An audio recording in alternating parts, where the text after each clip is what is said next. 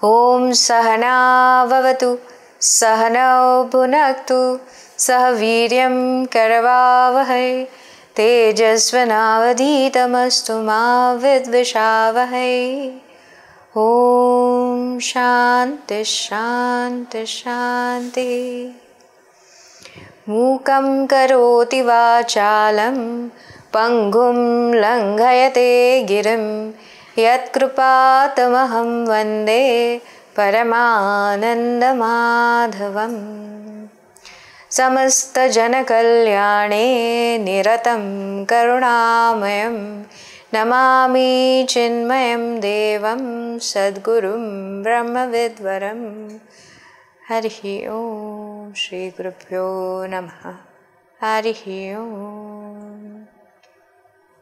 Hari Om. So in the last class, we started with the overview of this Bhagavad Gita.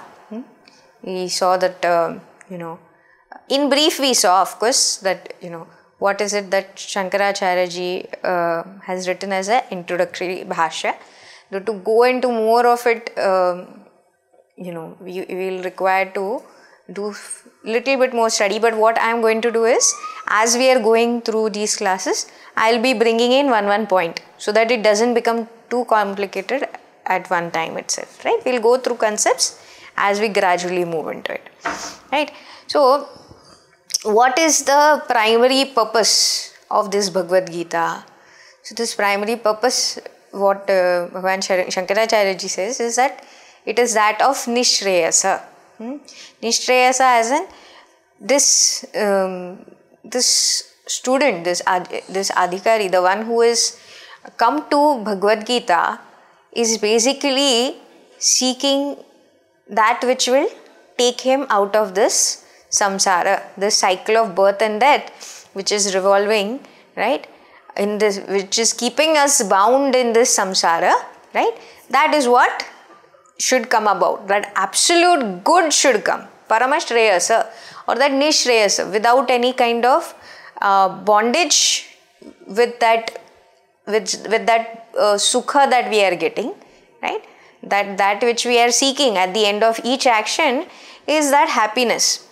And just imagine that happiness comes at a cost. It's like a carrot is being waved at us, but it is there strung by a string, so that the moment you catch on to that carrot, you are caught, right? So such is the case with all that we do. All the actions that we do, they are of the nature of bondage, right?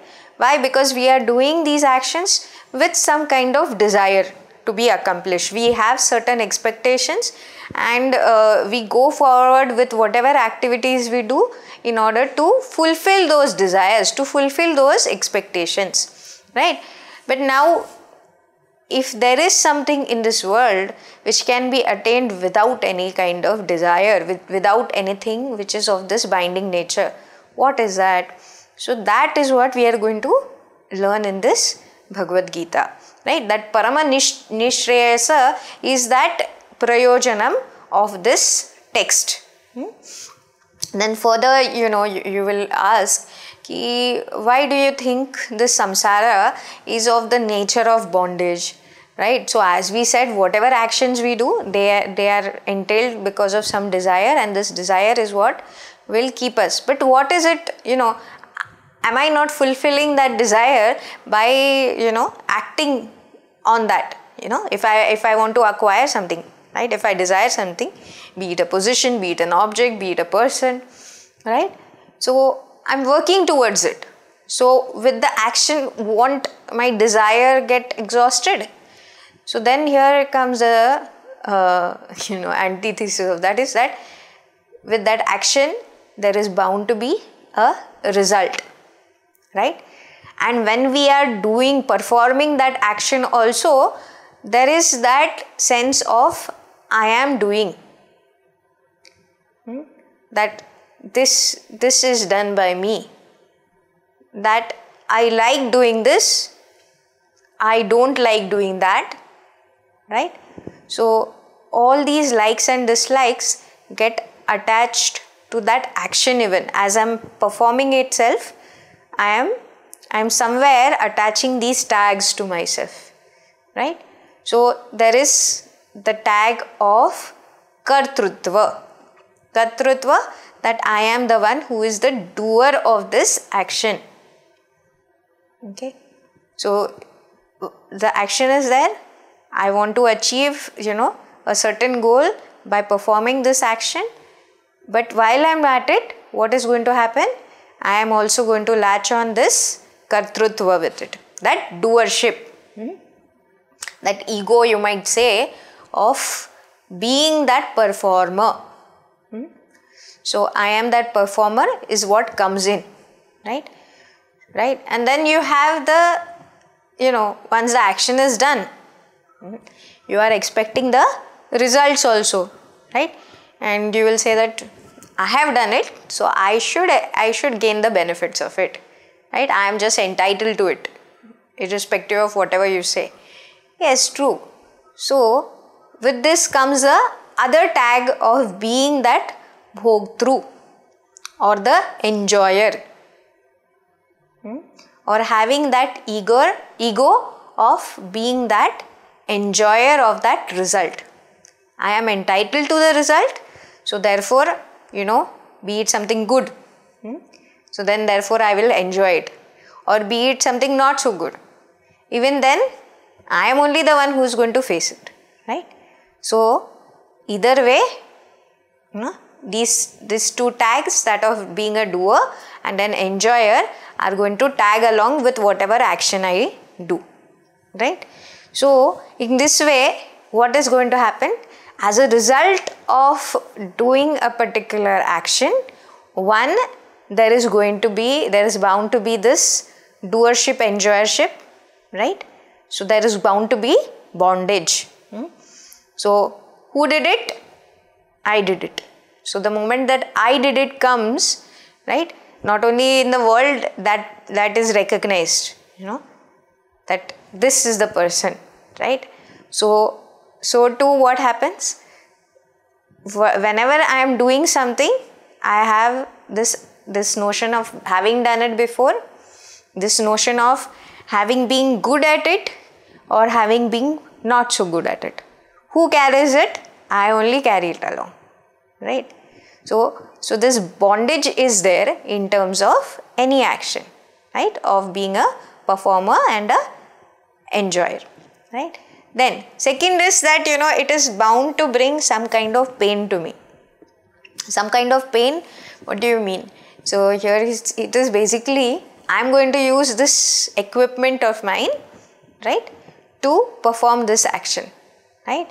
So this equipment is not always energized. It doesn't have that much of battery power as it always has, right? It is going to be dissipating at various times. Various times, you don't even have to check your age. You can just see, since the start of the day to the end of the day, however instruments are dissipating, right? We might be energetic in the start of the day, or suppose if you have not had a good sleep, then you might not be energetic in the start of the day also, right? So by midday I will have a certain capacity or stamina. By end of the day, that whole draining has happened, right? So there is bound to be some kind of dissipation in that. Then two is mentally also, there is going to be some kind of dissipation, which is nothing but, it is going to cause me some kind of sorrow. Be it complaining about my instruments, be it complaining about what kind of mental exhaustion I have faced, right? So in this way, there is bound to be some kind of pain associated. There is some kind of sorrow which is going to come, right? And there is also the third effect, which is dissatisfaction, right? No matter how fulfilling that activity is, it has a start and it has an end, right? And I might not be able to relive the joy that I experienced during doing that activity or while getting the result, right? It is not going to last forever and ever. So there is always going to be some kind of dissatisfaction, or rather the feeling of incompleteness. So this is to do with any worldly gains, any kind of worldly action, right? So samsara is of that kind of a nature. So it is always of the form of change only. It is never going to be constant, right? So why am I not able to gain this sense of happiness or completeness that I am looking for, right?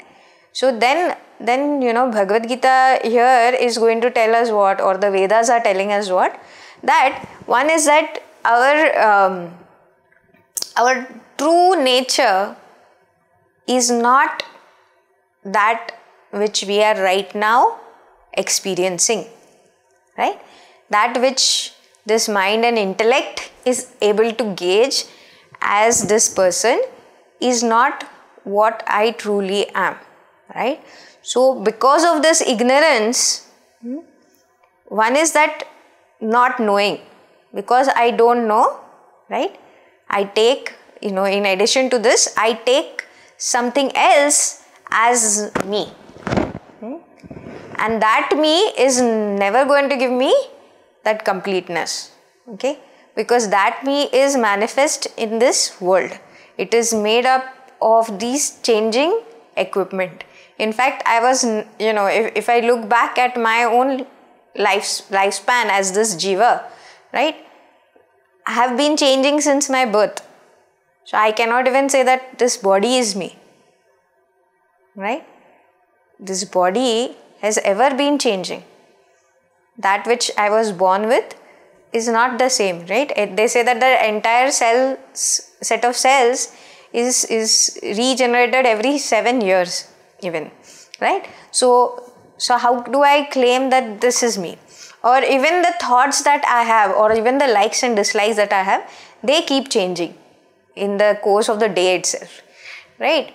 So now one thing is, with this changing equipment, if I am identifying with that, that is never going to give me that complete happiness, or that endless infinitude of Ananta Ananda or Parama Ananda, or that absolute good is never going to be me if I am looking at myself as this equipment, right?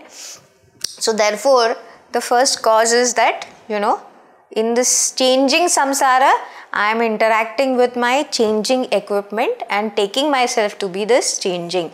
So therefore, I can't really say that, with this changing, I will get that permanent, right? It is not even logically correct, right? And then if we look at this Atma itself, right? When we do get acquainted by what the Upanishads or the Vedas are defining as this self, right? It is saying that this self, this Atma, or if we call it that Brahma, right? It is Sat Chit Anand. It is that which is existing, existence, I would say, right? Sat, it is that which is consciousness, and that which is Ananta Ananda, okay? So instead of Ananda is more when we identify with that joy or happiness that we are experiencing, right? But actually what it is saying is, because I am ananta, infinite, and therefore there is no, no change possible in me, right? Or there is no beginning or end to me, and therefore I am that one and only completeness, right? Purna Ananda, right? And therefore there is nothing missing in me. Only that which is limited, right, will seek happiness outside. That which is infinite is never going to miss something, right? Right now, because I feel that I am missing something, right now because I think I am limited, and therefore I seek that, that which can make me complete from outside of me, right? But if I am that which by itself is Purna, then there is nothing to, there is nothing that I need to seek outside of me. In fact, there is no outside of me, right? So that is this idea of Ananda, right?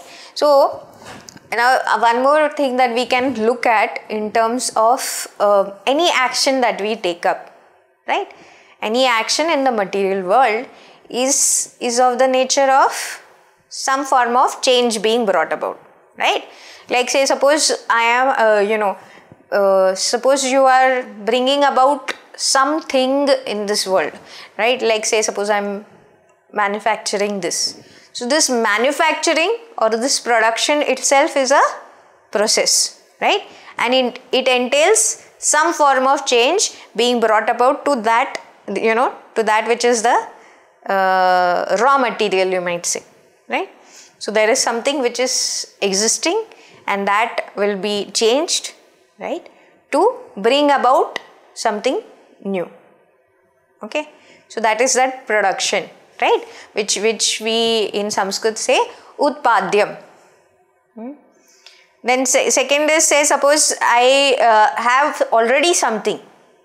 Okay, say suppose I have some kind of object and I am, suppose it is a metal, right, and I am shaping it, right? So it is heated and then it is shaped into another form. So what are we doing? We are modifying it, right, which is called vikaryam. So some change is brought about in something which is already existing. So that is called vikaryam, right? Then there is something called samskaryam. Samskaryam as in bringing about some kind of,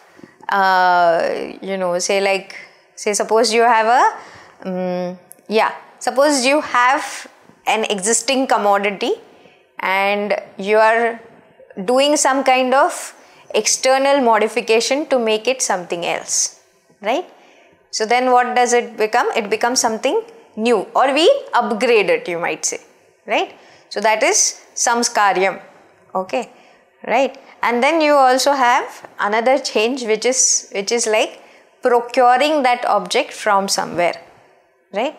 So it was present in some place and now I have brought it here. So that is apyam or prapyam. So what basically you mean to say is that whenever we are doing some kind of action or some kind of activity, there is some change happening, right? In order to gain that object, we are actually making it go through some form of change, right? And this particular object is something that I don't have, right? And I am getting it, right? So what is it saying? This process is called apraptasya prapti. That which I do not have, I am acquiring it. And this is to do with what? With any kind of action that I am performing, right? But now when we are talking of this Atma, and this Atma is what? It is completely changeless. It doesn't undergo any kind of modification, right? So in order to gain this Atma, do I have to undergo some kind of process? No, I don't have to undergo any kind of process, right? So you mean to say, how will I get this Atma? So thing is, this Atma is not a commodity. It is me, right? It is already prapta. So as against another object, it is aprapta. It is not something which I have. It is somewhere else, or it is something else. It is something other than me. But this Atma that I am talking of, this Atma is me alone, right? So I don't have to do any kind of process in order to gain it. Okay? So this prapti is called praptasya prapti. It is already me. I only right now am not aware that it is me. So I have to become aware that it is me. Okay? So basically what it is saying is, this me, as I am looking at myself, one, I have to understand that it is my erroneous understanding that this is me, this body, this mind, this intellect, all that is what I have. I am right now assuming that this is me, okay? But this is actually my instrument. I am that which is enliving this, right? That which is giving life to this is that Atma, and that Atma is me. So this is what is going to be our understanding when we drop our ignorance. But right now our ignorance of our nature is present. Even though in knowledge we say that, okay, I am Atma, right? This is what I learnt in the class today. Fine. I am that Sat Chit Ananda. Good. I am this. So I have no birth and that. Fine. But it is not very easy to accept. Okay. So fine. No problem. Right? No problem. At least we now are aware that this is me. But we need not go and tell the world. Okay. First let us understand it properly, and then we will be able to explain to the world also. Right? And of course you are as unique as anyone in this world. Right? And all are that one Atma alone. So that is the other thing about Bhagavad Gita, right? Or the Upanishads, which are the Upanishadic learning is only what we are learning now, okay, in the Bhagavad Gita. So that is the other part, that I have to understand that I am doing karma right now, right?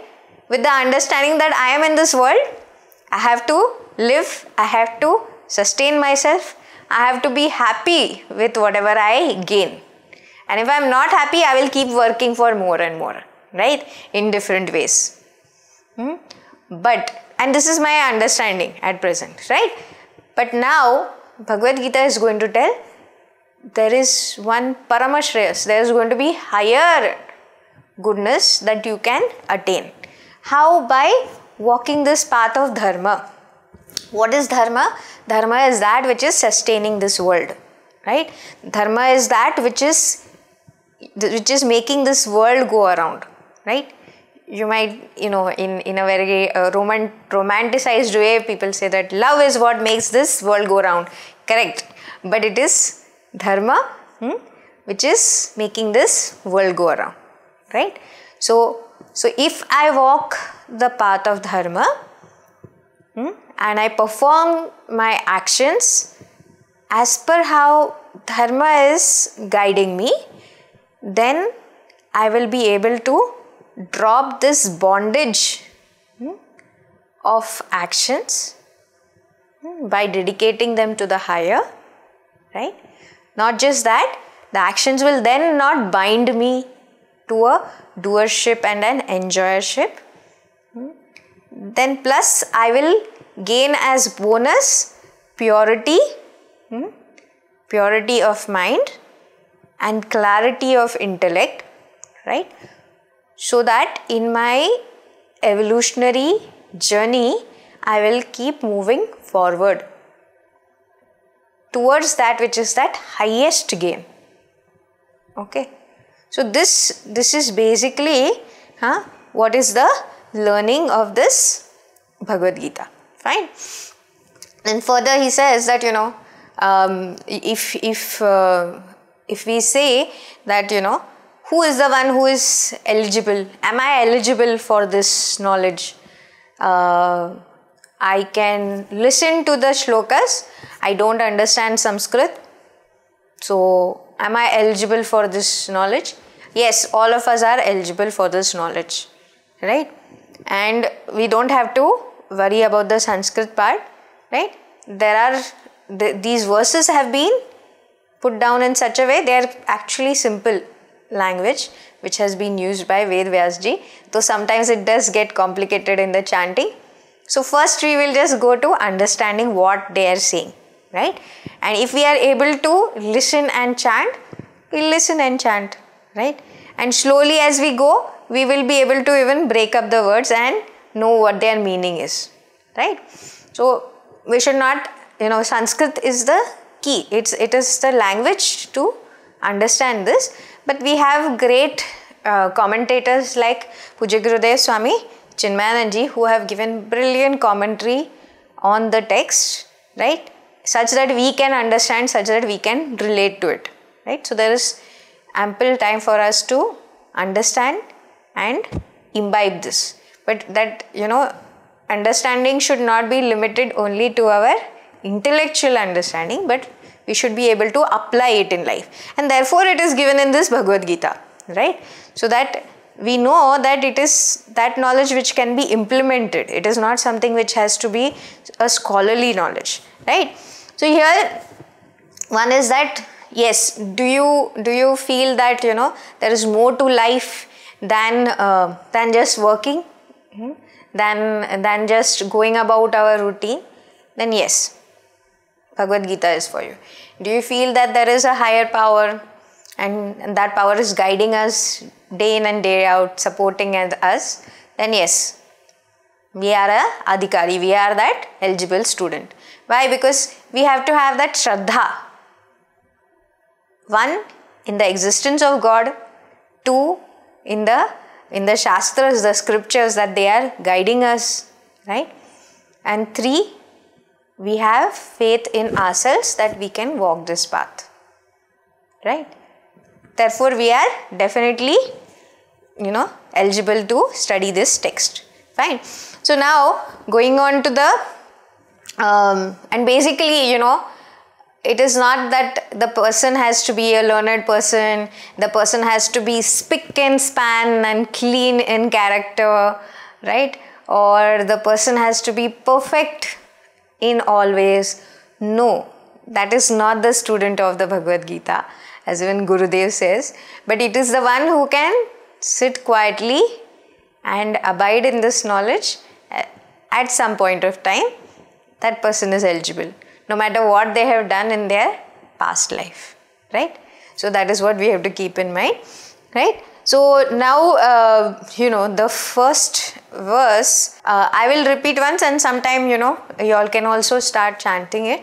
So it is Dhritarashtra uvacha dharma kshetre kurukshetre samaveta yuyutsavaha mamakav pandavaschaiva kimakurvata Sanjaya.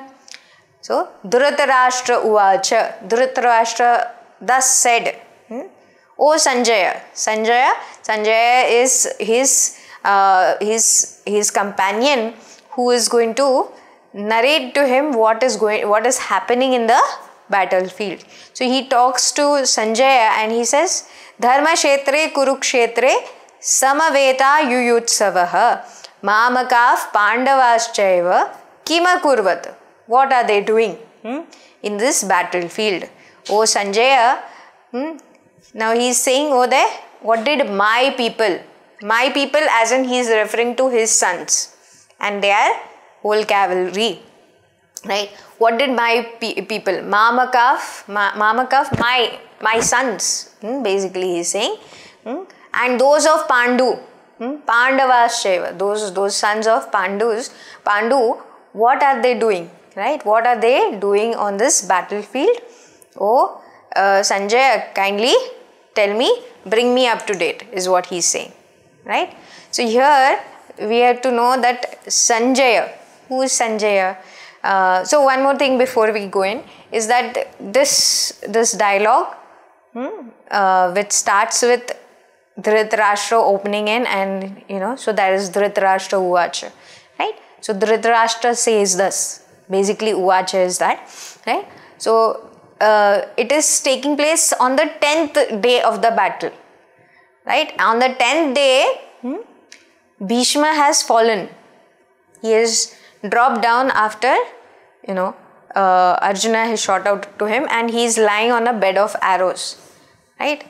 And Dhritarashtra, he is not in the battlefield, because as we had said, one is he was incapable, right? Why? Because he was blind. So, and he was that blind king of his Hastinapur, who was ever holding on to his throne, not just for that life, but also for his sons to come, right? So he was so bound to his throne, right? And the progeny which he had. So he was here and he was sitting on his throne, and next to him he had Sanjaya. Now Sanjaya was a very wise person, and the name Sanjaya itself says one who is in control of his mind and senses. So he was, by name only he was that Sanjaya, right?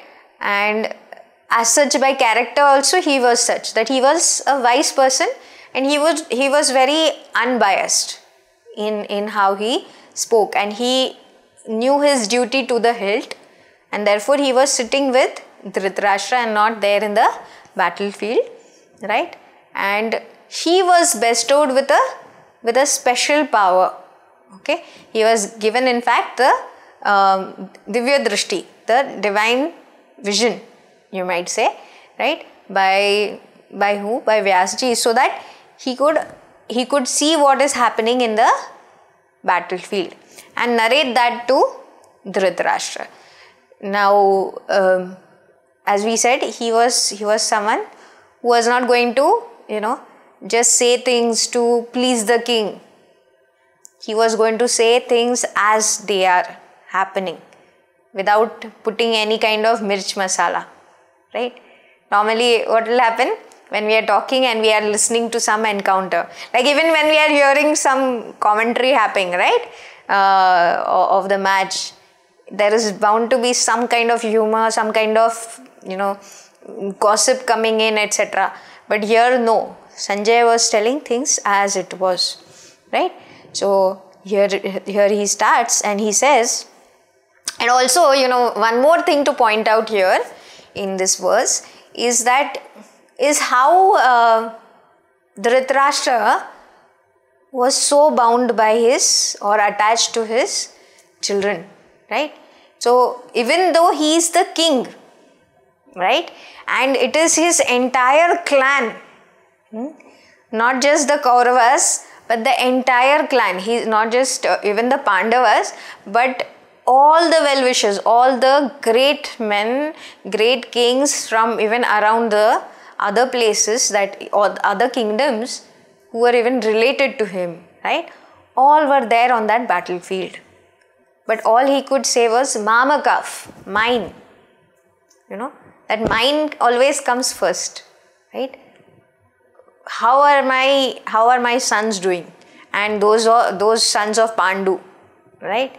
Those sons of Pandu means he, as a king, he didn't think of them as one, but he thought of them as separate. That itself comes to, brings to mind what kind of character was he, right? So he was actually not just physically blinded, but he was mentally blinded by that moha, by the delusion that these are mine. Actually, in the cycle of birth and death, nothing is mine, nothing is yours. That is also something which will come to light over here, right? So in the second verse, right, moving on, it goes, Sanjaya uvacha drishtva tu pandavanekam vyudham duryodhanastada acharyam upasangamya raja vachanam abravit. Okay, so here who is answering? Sanjaya is answering, and he says that drishtva tu pandavanekam vyudham duryodhanastada acharyam upasangamya raja vachanam abravit. So here he says, now what is it that he is observing? He is observing that, because what did the king, what did Dhritarashtra ask? Mamaka, what is my, first he pointed directly to his side of the clan, right? So, obeying the master, Sanjaya also goes and he says, okay, I see Duryodhana. And what is Duryodhana doing? He is assessing the opponents. And he is seeing that the opponents what is the kind of arrangement they have on the battlefield, right? Because now Duryodhana is a good warrior also, and he has that, he's a Kshatriya. So now it is his testing time, right?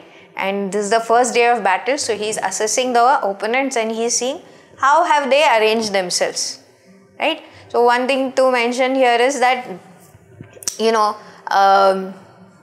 if you look at, even everyone, when we think in terms of, the arrangement of the battlefield, normally we go to, Abhimanyu and the Chakravyuh, right?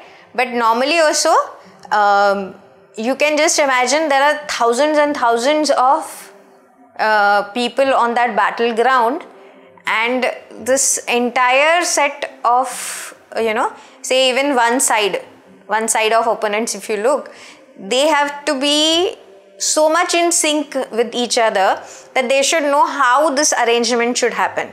So that there is, of course, you have the foot soldiers. In the foot soldiers, you will have some who have astra, some who have shastra, right? There's a difference between astra and shastra, that which is thrown by hand and that which is again propelled out, right? So then also there is, you have the foot soldiers, you have the, cavalry, including what? You have the horses, you have the elephants, and then you have the charioteers, right? So basically, like, we can say that there are 4 sets of different kind of people on that battlefield, right? And within them, there should be this status quo of how to follow, how to follow the bugles and the conches. So here also you will understand later, they mention, so and so had this conch, so and so had this bugle, etc. So these were used very effectively in order to change the arrangement of those warriors, okay? So that they face the opponent in the right spirit or in the right direction, so that they are, faster than the opponents, right? So how did they learn to do this? So basically, when they were learning, they would have, for demo, they would have this game of 4 dice, right? Which in that time was called the Chaturanga, right? An expanded version of that is the chess game, okay? Which also has the same, correct? There are the pawns, there is the elephants, right? Which are called the bishops, I think, right? Or they also have the horses, and then you will have the king and queen. But here, because you have the 4 only, so there is the charioteers, there is the horses, there is the elephants, and there is the foot soldiers, the pawns, okay? So basically, when, as young warriors, they would have learned to play this Chaturanga. And that's how even Kshatriyas and others learned that, right?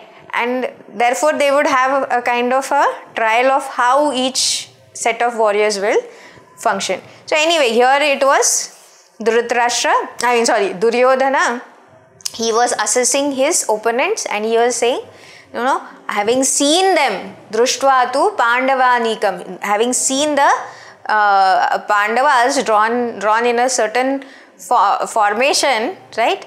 He then approached whom? He approached Dronacharya. Who was Dronacharya? Dronacharya was his teacher, right? He was the one who had taught him that art of warfare, right? So here it says, Acharyam upasangamya Raja Vachanam abravit. So having seen that, assessed that, formation of war, he then approaches Dronacharya. The Acharya, he approaches him as if to say something. Now it is important to check that he didn't go to his commander-in-chief. Who was his commander-in-chief? It was Bhishma Pitama, right? He could have gone to him and spoken out his fears, but he knew that his Pitamaha was the grandsire of the Pandavas also. So maybe he, and he was very shrewd also, so he will be able to gauge what Duryodhana is trying to say. So as if to protect himself, he doesn't go to Bhishma Pitama, but he goes more to Dronacharya, right? And what does he say there? So he says, Pashyaitam Panduputranam Acharya Mahyatim Chamum Vyudham Drupada Putrena Tava Shishyena Dhimata. Pashyaitam Panduputranam Acharya Mahatim Chamum Vyudham Drupada Putrena Tava Shishyena Dhimata. So here he says, O teacher. He goes to Dronacharya and he says, O teacher, O Acharya. He said, this mighty army of the sons of Pandu, Panduputranam, they seem to be very heavyweight. It is a mighty army, right? And who is leading them? It is led by the son of Drupada. And who is that son of Drupada? That is Drishtadhyumna. And he is your wise disciple. Okay. So it might seem that, initially you might think that, he is praising his Acharya, right? And that is what he is trying to do. Initially when he is approaching Dronacharya, he goes with the intent of slightly pumping up his teacher, and he says that, O Acharya, because he goes and he approaches him and not Bhishma, right? So he says, O Acharya, have you seen who is there standing in front of you? This whole array of, this wonderful array of mighty men. Who are they? They are on the side of the Pandavas. And among them is, the one who is leading them is son of Drupada. What is the son of Drupada? Who is the son of Drupada? Drishtadhyumna. He is your own disciple. Do you see him? As if to sarcastically say that you trained him and now see he is standing opposite to you. Okay. So there is also the story over here of who is this Dronacharya and who is this Drupada. So Dronacharya, he was the son of a Brahmin, and he and Drupada, they went to the same Gurukula. They studied together. They were the best of chums. They had fun learning, throughout the process of being in a Gurukula. So rising early, doing their chores, going for Vedic chanting, then further going and getting bhiksha from places, collecting wood, etc., etc. So different things they did together. And in some places, there were times when Drona saved Drupada, and sometimes when Drupada was able to save him. And Dronacharya was a very good archer. He was a very skilled archer, and he was a keen student also. So he learnt well. And at the end of their term of learning, of course, they had to part ways. They had to go to whatever their duties were. So Now Drupada, so Drona very humbly, he, because he knew that Drupada was going to become king. He was a prince already, right? So he said that, hopefully we'll meet someday, right? And then Drupada, he very heartily and very emotionally tells him that, what do you mean we'll meet someday? We'll keep meeting, you are my friend, and whenever you need anything, whenever you are wanting of anything, don't forget, you should be able to come to me without any kind of hesitation. And thus they part ways and they go. And now, since he comes from a humble home, from a Brahmin home, it was not easy for sometimes to get a good job, keeping in mind his principles. And therefore in life he faced a lot of poverty also. Who? Dronacharya. Right? Drona, he faced that, and even once he got married and he had a child, so there was Ashwathama, he was in so much of poverty that he had to, his wife literally had to feed him, watered flour, mixed flour with water, and she used to feed this little Ashwathama, saying that this is milk, drink it. Okay, and once, it just so happened that Ashwathama went to his mama's house, his uncle's home, and there they had cows in their goshala, and he drank actual milk, and then he realized that, if this is milk, then what is it that my mother has been giving me? So when he gets home, he questions his mother, and of course she's not able to answer him. And at that moment, he takes a vow that now he should go and approach Drupada, his friend Drupada. After all, he had promised him that he will help. So he goes and he approaches Drupada, and the guards at the palace, looking at the state of Dronacharya, they say that you have come to the wrong place. And you're, even if you want to, you can come, at this date, on this day, our king, he gives charity. So you can come at that time. But now you cannot approach him. And then he says, no, what are you saying? He was my Guru Bhai. Drupada, he was my Guru Bhai. You can't stop me from going. You please tell him that Drona has come. And listening to this commotion, as he is passing by, Drupada comes there, and he is a changed man now. So he looks at him and he says, oh, you are Drona. Okay, fine. We had at some time spent some good time, but that doesn't mean that you claim that you are my friend now. Friendship is always between equals. It cannot be between the high and low, right? So that is the fact of life, and you better come to terms with that. If you need some charity, as my guards have told, you come on that particular day, right? Don't come now, and don't make a shame, don't make an embarrassment of yourself. So listening to this, Drona comes face to face with the facts of life, and he says, okay, I this is not what I expected, but now this has happened, but I will not forget this. I will come back to you. And so he's leaving very disappointed, and he's passing through this forest, and suddenly he hears a commotion, and there is a set of kids and their ball, they were playing with a ball, and that ball has fallen into a well. That well is quite deep, and all these kids are, these boys, they are surrounding that well, and they are, thinking how to get it out. So they think that, oh, what if I put a pail or something like that. And then, Dronacharya decides to help them. And he said, okay, just step aside. Let me help you out. So he pulls out his bow and arrow, and he shoots at the ball, right? And that arrow hits exactly in the center of the ball. And then he shoots another arrow and another arrow and another arrow, so that it becomes a chain of arrows stuck one behind the other, and he pulls out the ball. Now those kids were actually the Pandavas and the Kauravas, right? And they had been playing and they had lost that ball, and now they are so amazed, that especially there was one little Arjuna over there.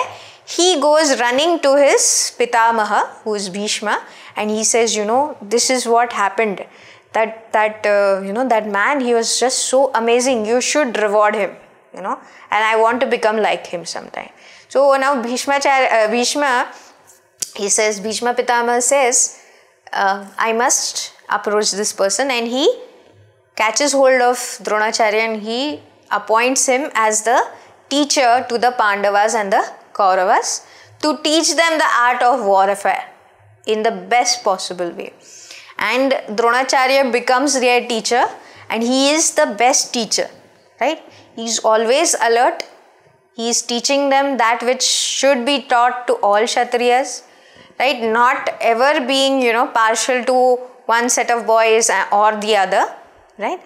And he is also someone who adheres to principles. So it is not that, he ever once he has gained what he needs, he will drop, he'll drop his sincerity. No, he's ever dedicated as a teacher. His dharma was that of being a teacher, and he did it to the best, right? So in fact, even now today, right? Even now to this day and age, in India, in Bharat, we are giving this award of the Dronacharya. Award is given to the coaches who have brought fame to such, or given the best of skill to the athletes or any of the sports people, right? For what? For their skill to bring up or train those sportsmen, right? Sportsmen, sportswomen, right? So there also one more thing is that people sometimes say that, he was, he kind of was partial to the Pandavas, and therefore he, sidelined Ekalavya, right? But over there also, we have to keep in mind that he had signed a contract, right? That he would only train the Kuru clan, right? And therefore he had to adhere to the duty of that. But at the same time,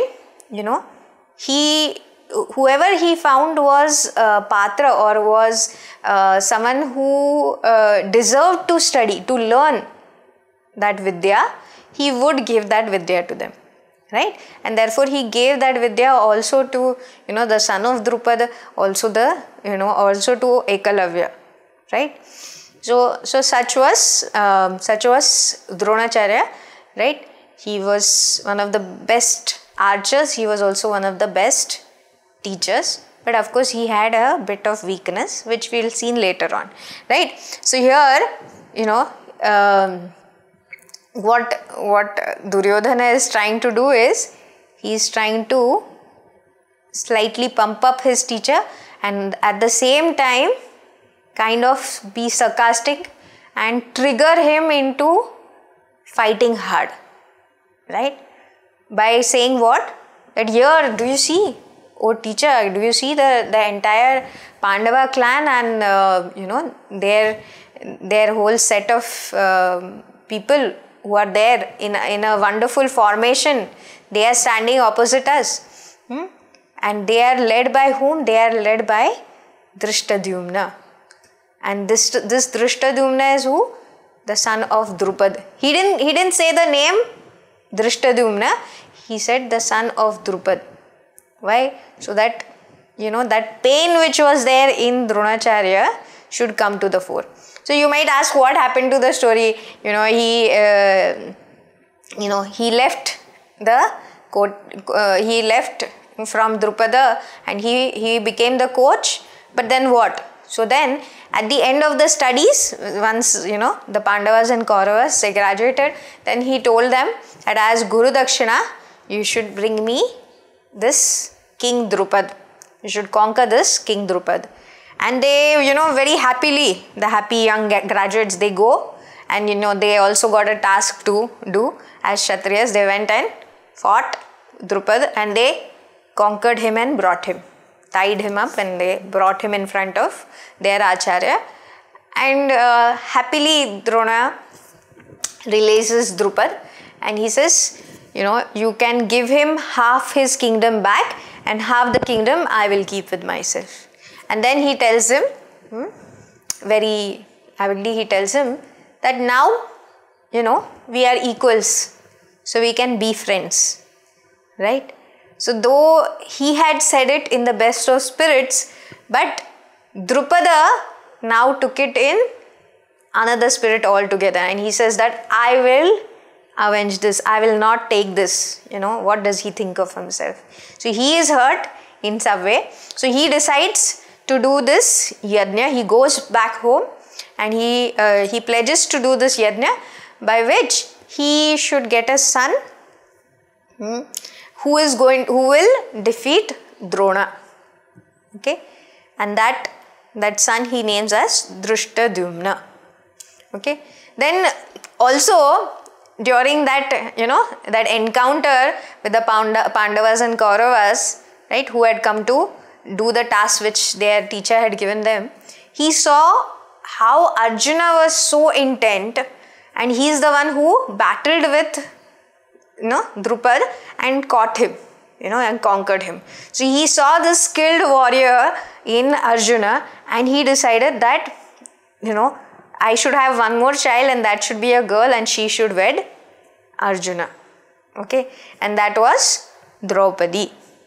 Okay, also called Panchali because he was the king of Panchala.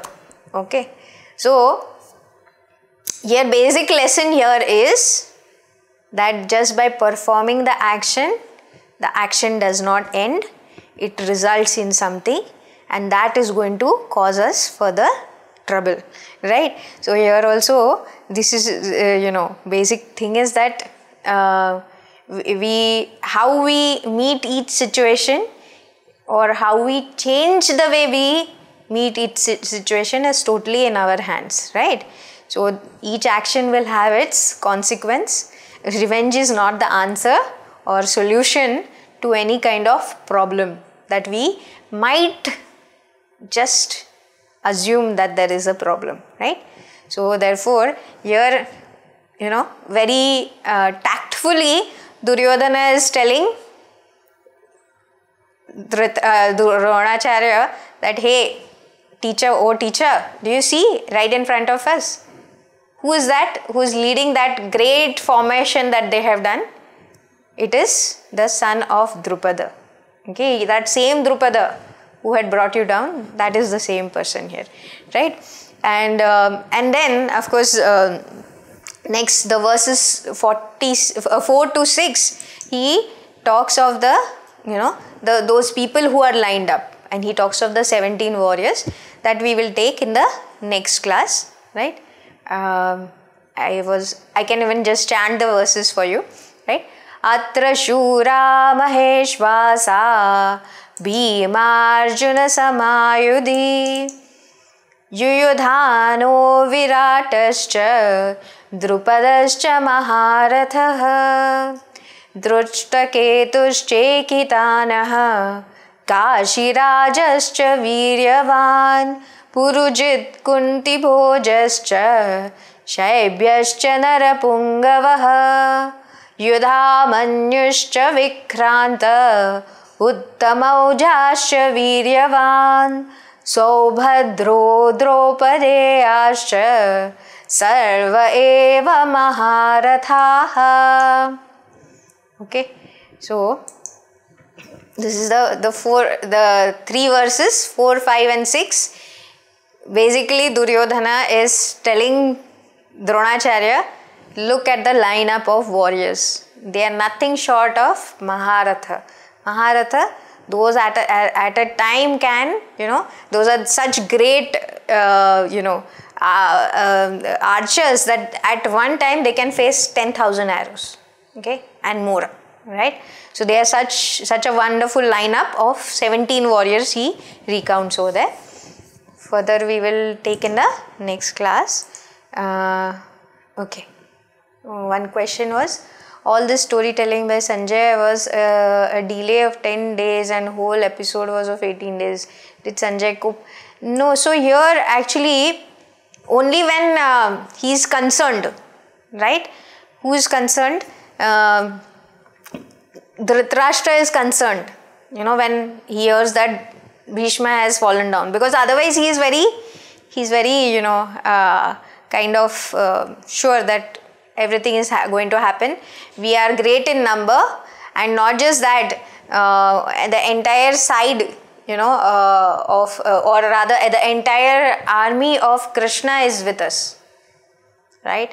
So even if the best of warriors are there, they are there on both sides. So he was very confident that his sons will conquer them, right? But here what happens is, when he sees that Bhishmacharya has fallen down, then he feels that there is some danger, and therefore he is asking, and this is more to give us a background, right, rather than losing out on. So he is just giving us a narrative of what has happened, to bring us up to date, as though.